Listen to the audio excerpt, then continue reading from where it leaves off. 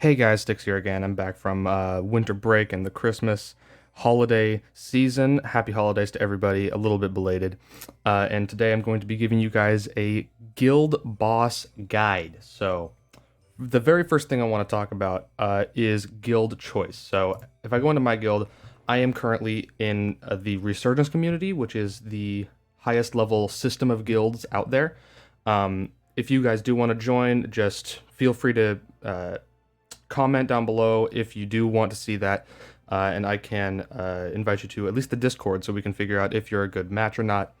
Um, and but for you guys, choosing a guild is enormously important for guild battles. So basically, you want to look for a guild that usually that has active players, so you can actually continue to build up that level quickly. But as you can see, mine is level 10, and if I go into the research center, all of these are fully maxed out, which means that I have all of the benefits when I go into one of these boss fights, which is really where you want to be. Guild level plays an enormous role in determining how much score you can actually get in the boss battles, so I highly recommend going for either a very high level guild or a guild that will become higher level because you know the people in it are going to be active. Um, but with that out of the way, let's talk about how the fight works. So there's two different bosses here. There's Blade Wraith and the War Dragon. So first off, Blade Wraith. Basically, it's just like any other boss fight. There is really one phase. The bar ticks up, and then each time it gets to the end, it resets, and it gives you another little reward chest.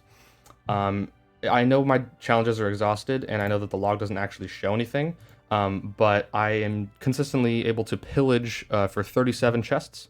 And at my level, that makes sense. I might try to redo that at some point in the near future to see if I can get 38. But basically, the boss will use these three skills intermittently, and you might want to read those on your own time just so that you have a better idea of what they do. But basically, you're just trying to do as much damage as possible in a minute and a half. With the War Dragon, it's a little bit different because this boss actually has a really powerful attack that can easily one-shot one of your heroes. So, but again, it is the same kind of thing. It's a boss fight, but it rotates every other day. So at the moment, it's only Guardian heroes.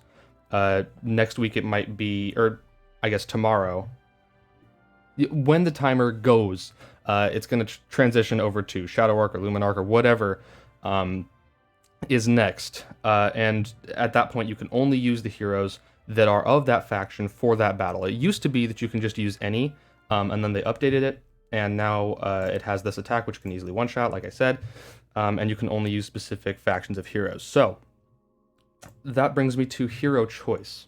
You can go up to the little fire icon here, and this is a decent way of knowing what's good for the battle. I wouldn't say this is like the most important thing, but I feel like it does give you a pretty good idea of what's good. So Dionysus here being number 1, that might be a little bit confusing, but it makes sense because what he's able to do is he's able to slow down the attack speed of the boss by a lot.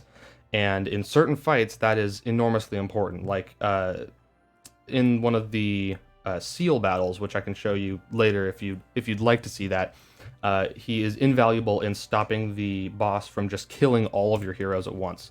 So that's why that's there. But really, when you're doing any boss fight, and not necessarily particularly this one, but in general, you want to use single target damage dealers. So stuff like Susanoo, Loki, just single target, like assassins work really, really well.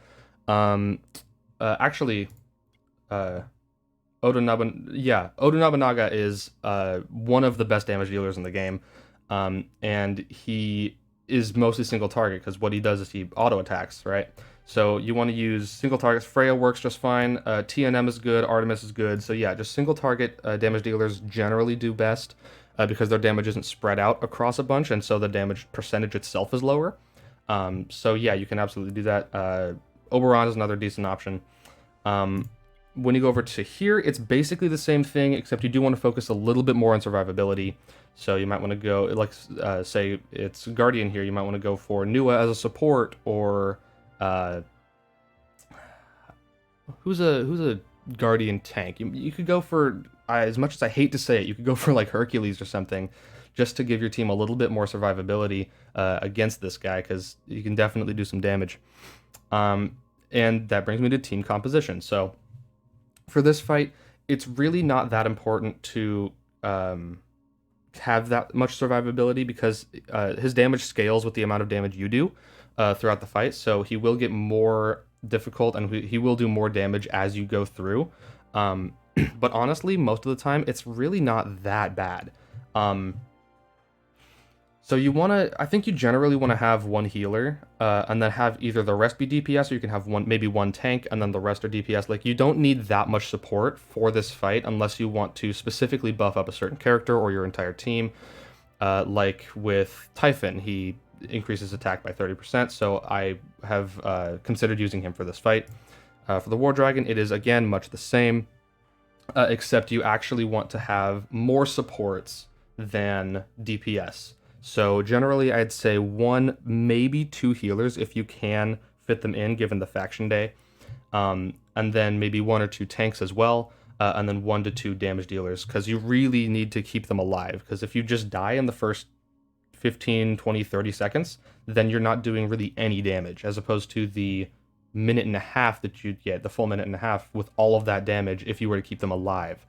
Now, again, so recommended heroes, I showed you all of those, but when you're doing this fight, this is so important, of utmost importance here, is you need to watch the fight the first time it happens. So if you are challenging a War Dragon, or let's go Blade Wraith. If you're fighting a Blade Wraith for the first time ever, or for the first time since you did a while ago, and you're just redoing it to try to see if you can get a better score, I want you to watch the fight, see what could be improved upon, what was interesting. Like if a hero didn't release their ultimate for like 5 seconds, then maybe you want to redo the run. Or if one of your heroes dies and you're not getting as much damage, you might want to redo the run. So basically what you want to do for both of these is you want to watch the fight and hit the redo button if something's not going right, until you get the exactly perfect run, which I call the God attempt.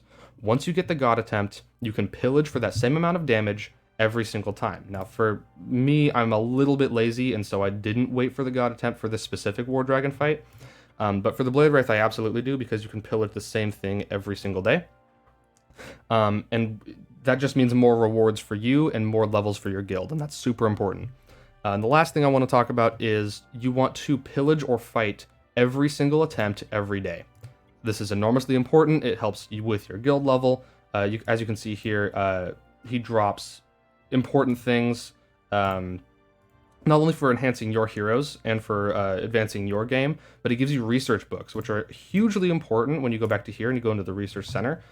Mine are already fully maxed, so I don't even technically have to do the Blade Wraith, but I do for the other rewards anyway. But yeah, this is super important for leveling up your guild and henceforth doing more damage to both the Blade Wraith and the War Dragon. So I would 100% recommend doing all of your challenges for the Blade Wraith, and then for the War Dragon, you want to do all of your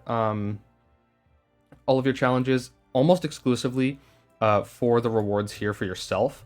It doesn't actually give you all that much in the way of guild itself, except for, and this is very important, the War Dragon relics.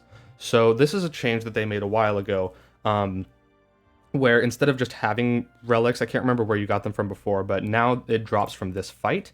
And what you do is you use those in the Colosseum when you're fighting another guild. So, and they give you enormous, so you can go to your relic bag here, and this is what I have currently. You can see they expire in 2 days, 9 days, whatever.